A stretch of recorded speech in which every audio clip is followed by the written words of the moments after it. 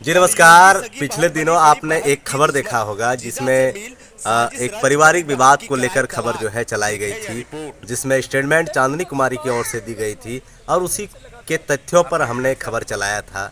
और साथ साथ जो है दूसरी पक्ष यानी चांदनी जो अपनी बहन के ऊपर आरोप लगाई थी और वो कहीं ना कहीं उस आरोप की तथ्य को लेकर दूसरी पक्ष से कई बार संपर्क साधने की कोशिश की गई, लेकिन संपर्क नहीं होने के कारण जो है फिर हमने एक पक्ष का खबर चलाया था। लेकिन आज दूसरी पक्ष आपको दिखाते हैं कि यार दूसरी पक्ष क्या है। चांदनी अपनी छोटी बहन पर आरोप लगाती है कि हमारे पति से एक यानी पारिवारिक संबंध बढ़ाती है और बढ़ाने के बाद मेरा तलाक कराता है, यानी पूरे विवाद में मेरी छोटी ही बहन शामिल है।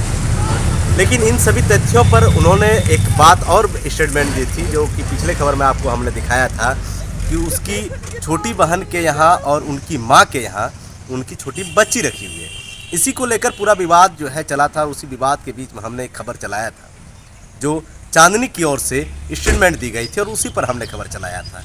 लेकिन अगर साफ तौर से कहें तो इसकी गहराई तक हमने जानने का प्रयास किया और उसकी छोटी बहन से हमने बात की, उसकी छोटी बहन से भी हमने सच्चाई जानने की प्रयास की। लेकिन कैमरा पर बिना आए छोटी बहन जो बताई ये आपको सुनाते हैं। उनका कहना हुआ कि हमारी बड़ी बहन जो है वो शादी तो जरूर पहले हुई थी, लेकिन उसी की डीमेरिट के कारण उनकी पति तलाक दे दी। उसके बाद उसका कहना हुआ कि बच्चा को कोर्ट के द्वारा हमारे यहाँ रखने के लिए इजाज़त मिली, यानी बच्चा अपने नानी के यहाँ रहेगी।